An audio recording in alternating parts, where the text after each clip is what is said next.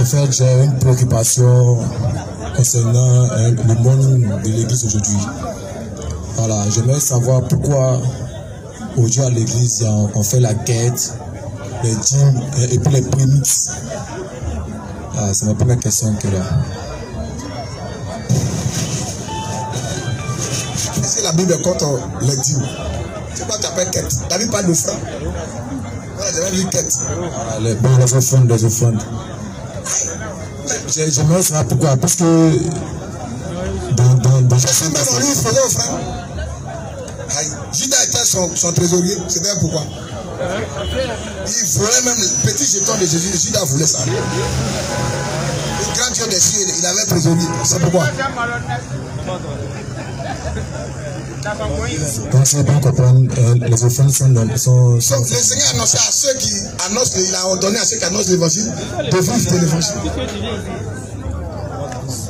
Maintenant, ceux qui prennent ça pour faire de ça maintenant un sujet de commerce, là, ils ont leurs intentions.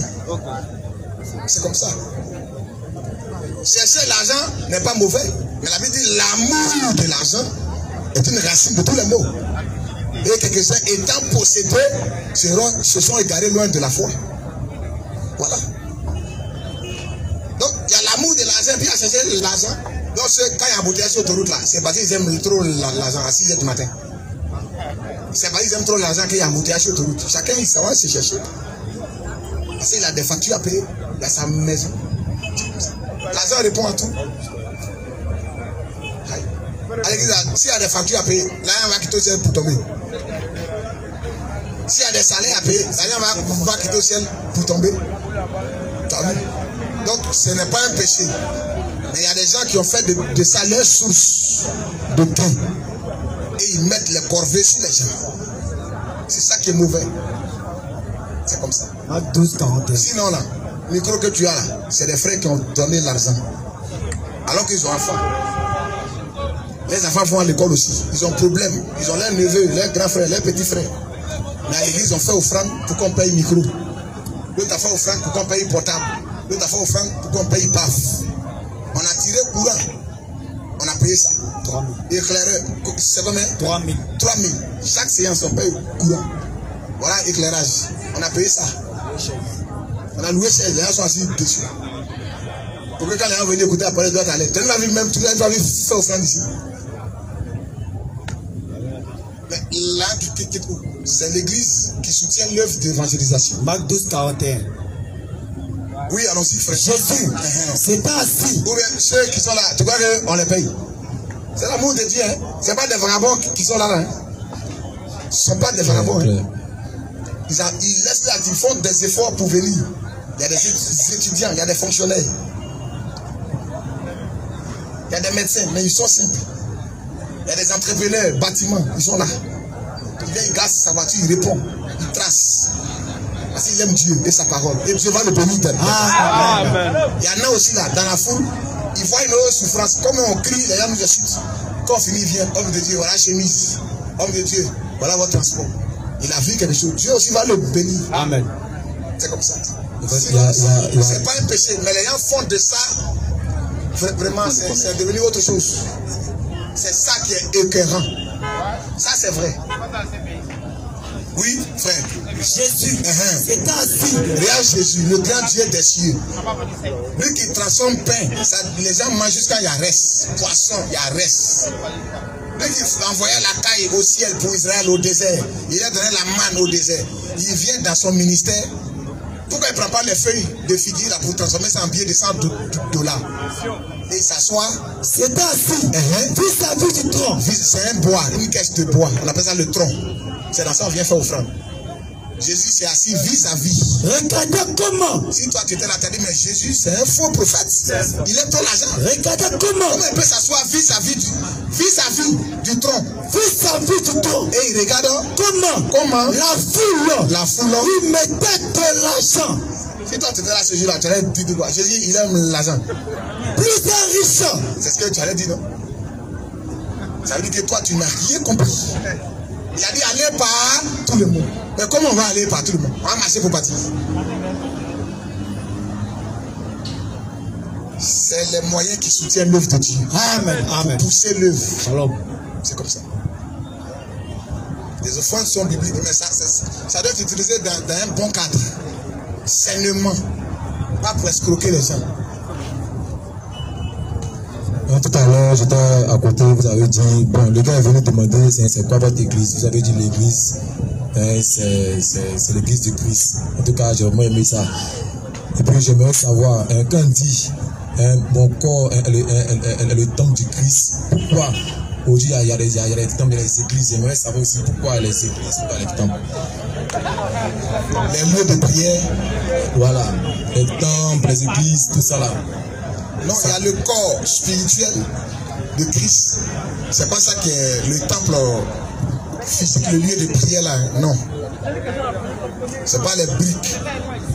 Les briques, ça c'est un endroit où on s'assemble. Ça n'engage que vous-même. Si vous voulez prier sous ce poteau-là, chaque dimanche, sous le soleil, ça c'est votre foi. Si vous voulez vous mettre sous le cocotier, vous rassemblez là pour prier chaque dimanche, ça n'engage que vous. Si vous voulez prier dans une salle de classe, ça n'engage que vous. Si vous allez prier dans le salon de quelqu'un, ça n'engage vous qui êtes là. Si ça vous plaît comme ça, Dieu ne va pas mourir comme ça. Si vous voulez acheter aussi un terrain, pour construire quelque chose là, pour prier là, pour ne pas louer les salles, louer tout, ça n'engage que À 16 ans. ça là. C'est pas ça. C'est pas si ça on va s'appuyer pour dire que lui est dans le faux, mais il est dans le vrai. Mais c'est plus au niveau de la parole. Bien vrai qu'au niveau de ça, il y a des exagérations qu'on voit. Voilà. Les gens mettent des milliards. Alors qu'il y a des gens qui sont dans le besoin dans l'église. Tu as vu, ils mettent des milliards dans des temps. Basilique là, tu connais son prix. Ça apporte quoi économiquement à la Côte d'Ivoire? Économiquement d'abord, ça apporte quoi? Spirituellement même, ça n'apporte rien. C'est une malédiction. Une basilique d'un pays, c'est une malédiction. C'est ça. Alors, économiquement, ça apporte quoi? D'ailleurs, même là-bas, c'est le drapeau du Vatican qui est là-dessus. Donc quand tu es en visite, puis tu payes là. L'argent, ça ne va pas dans la caisse de l'État. Jamais. C'est un territoire du Vatican. Ça va au Vatican. C'est pas pour vous. Ça apporte quoi? Quand tu vas aller, tu vas demander au guide touristique. Le jour où tu as l'argent, va visiter. Simplement une visite à la basilique. Moi, j'ai visité. Un coin climatisé sort du sol. Et ça s'arrête à 4 mètres de hauteur. Pendant qu'on ouvre les portes, la climatisation ne sort pas. Dans les piliers, il y a des ascenseurs. Pour aller en haut, on passe à déambulatoire des apôtres. On ne fait même pas à genoux, non. Les sièges là.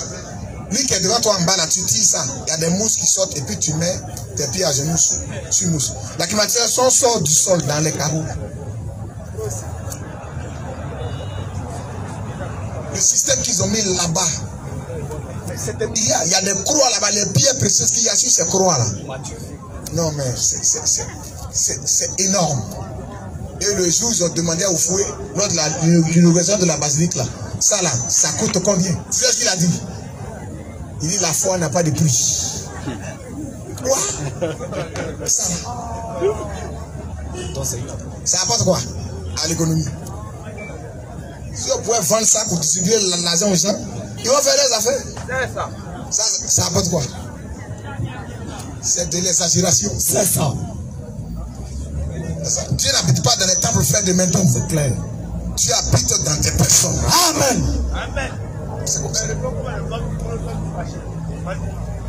Donc, les gens ont exagéré. Ils croient que c'est ça que Dieu regarde. Le Seigneur regarde la sincérité du cœur et la vérité, la voie de la vérité dans laquelle ce cœur la marche. Amen. Amen. C'est tout. En tout cas, merci beaucoup pour ma dernière préoccupation. Bon, aujourd'hui, il y a plein de gens aujourd'hui qui ne vont pas à l'église. Parce que vu le comportement des églises aujourd'hui, ça fait que, par exemple, moi comme ça ne me donne pas le courage d'aller à l'église. Pourquoi? Parce que on dit non, une fois que tu commences à faire des coiffures, par exemple, moi mes locks, quand il fait ça, maintenant Dieu n'aime pas ça. Quand quoi? les losses, les druides. Voilà, il faut que tu t'habilles en coupé décalé, genre les blancs plaqués, tout ça. Un Dieu n'aime pas ça. C'est que tu fais qu'un Dieu n'aime pas. Voilà. Donc ça fait que si tu acceptes le Seigneur réellement, il y a des choses qui vont tomber. Amen. Shalom frère. Si tu l'acceptes là, ça va pas se faire. Il y a des choses là, ça va tomber. Parce que la parole viendra. Amen. Elle va te laver. Mais il faut accepter Jésus pour le salut de ton âme. Amen. Tu comprends? Un enfant il naît et puis après on lui montre comment on faut s'habiller. À l'heure à laquelle on doit sortir. À l'heure qu'on doit rentrer. Ça c'est tu es déjà né, tu es dans la maison. Mais tu n'es pas encore né, on dit Dieu n'aime pas ça, Dieu n'aime pas ça. Ça va te servir à quoi? On doit te présenter le salut. Comment Dieu, qu'est-ce que Dieu veut que l'homme n'a qu'à faire pour être sauvé? Le plan du salut. Shalom frère. Dieu a sauvé. C'est pas que Dieu sauvera l'homme à la fin. Dieu a déjà sauvé l'homme. Amen. Amen. Depuis 2000 ans à la croix. Précision. En s'identifiant à toi, en devenant ton substitut, il a pris ta place. En tant que ton parent rédempteur. Amen. Parce que toi-même tu ne pouvais pas te racheter. Parce que dans la loi, ton proche parent peut te racheter. C'est notre parent, il nous a rachetés. En versant de la mort. Amen. Dieu a dit le jour où tu mangeras, tu mourras. Il nous a rachetés de ça en donnant sa propre vie. Shalom frère. Il t'a déjà sauvé. Ta guérison divine a été déjà acquise à la croix. Il y a 2000 ans de cela. Amen. Le salut a été déjà acquis à la croix. Il y a 2000 ans de cela. Amen. On doit te prêcher l'espérance vivante du salut. Amen. Ce n'est pas une espérance future. Non. La guérison, tout ça c'est une espérance vivante. Présent. Mais à toi maintenant d'accepter ça. Sincèrement. C'est le plan du salut. C'est simple, non? Aller au ciel est simple. Aller en affaires est compliqué. Les gens luttent beaucoup pour partir en affaires. Vas-y. Il faut aller en affaires là. Il faut aller en pèlerinage à Lourdes. Il faut aller en pèlerinage à la Mecque ou à la Mecque. Il faut faire tout ça là. Tu finis tout ça, tu vas en affaires. Avec mention très bien maintenant. Aller au ciel est simple. La Bible dit Dieu nous a donné la vie et la vie est dans son Fils. Amen. Celui qui a le Fils a la vie. Amen. Celui qui n'a pas le Fils de Dieu n'a pas la vie. C'est le Fils de Dieu que nous te prêchons actuellement. Ce n'est pas nous ne prêchons pas nous-mêmes, c'est Jésus-Christ que nous prêchons. Amen. Nous te prêchons Jésus-Christ, le Fils de Dieu. Amen. La parole vivante qui appelle les gens à un grand exode à sortir et à revenir à l'autel de Dieu qui a été restauré. Amen. Rétablir cet état de la fin. Amen. Te préparer. Chers frères, c'est tellement simple. Si tu l'as accepté sincèrement, il y a des choses qui tomberont. Si sa parole t'a touché, tu ne vivras plus pour toi-même. C'est comme ça. Merci beaucoup. Merci.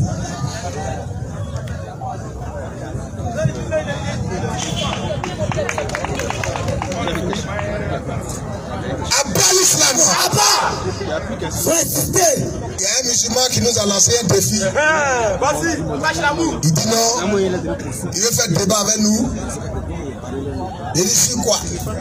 Il dit on va parler de Jésus. Il dit on a trop parlé de Jésus. On va parler de votre prophète. Est-ce que votre prophète là même là, il est un envoyé de Dieu? Quand on parle de Dieu, on parle du Dieu qui est dans la Bible. Amen. Amen. Pour nous aider. Il est venu, on a annoncé, jour J arrivé, il a fui. Parce qu'on lui a dit que les hadiths vont parler. Les tafsirs vont parler. Les secrets de l'islam, on va les faire sortir. Les livres qui datent de la fin du 8e siècle au début du 10e siècle, on va les faire sortir. L'islam est bâti sur une grosse malédiction entre la famille de Mahomet et le diable. C'est impactant. Ils ont signé. Mais les musulmans, ils ne savent pas ça. Ils s'habillent en tout blanc. Ils mettent un pantalon sauté. Comme si on est dans un club de dojo, de karatéka. Et il est prêt à descendre dans la chair, à faire parler de bougie. L'islam est une religion de l'enfer. Allah est un démon. Allah est un démon. Jésus-Christ va jeter tous les musulmans en enfer. Question et réponse sur la Bible. Jibril qui s'est révélé à Mohammed, c'est un démon. C'est le diable. Shalom. C'est pas le Gabriel de la Bible. Jamais. Gabriel n'a jamais serré le coup de quelqu'un pour le forcer à lire. Comment quelqu'un qui ne sait pas lire, on serre son cou, et lui on dit il faut lire. Lui dit il ne sait pas lire, on dit il faut lire. Dieu ne sait pas que toi tu ne sais pas lire. Et puis il serre ton cou pour te forcer à lire. C'est un Dieu brigand, un Dieu barbare. Après cette religion est basée sur la force et la barbarie. Un homme qui maudit Israël est un bandit. Même si les Juifs n'ont pas cru au Seigneur Jésus-Christ et qu'ils ont été, Dieu les a donné tôt, mais on ne doit pas les maudire. Et même les combattre. Alors que Mohammed dit, ne prenez pas pour allier les Juifs et les chrétiens. C'est un antichrist. Que les saints haine envers les Juifs.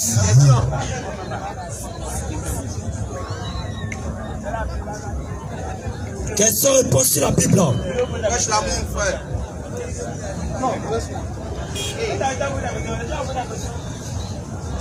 J'ai écrit mon nom sur le comptoir.